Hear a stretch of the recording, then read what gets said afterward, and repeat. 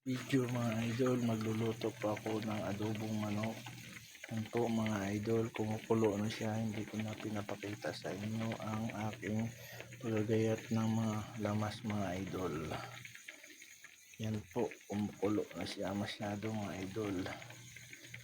Malapit na po siyang maluto mga idol. Good morning sa inyong lahat dyan, aking mga kaibigan, friends, followers, tsaka non-followers mga idol. Yan po, kumukulo na siya. Habang kumukulo, sangkot siya po para halong nanonood ang sarap sa kanyang mga laman mga idol. Yan po,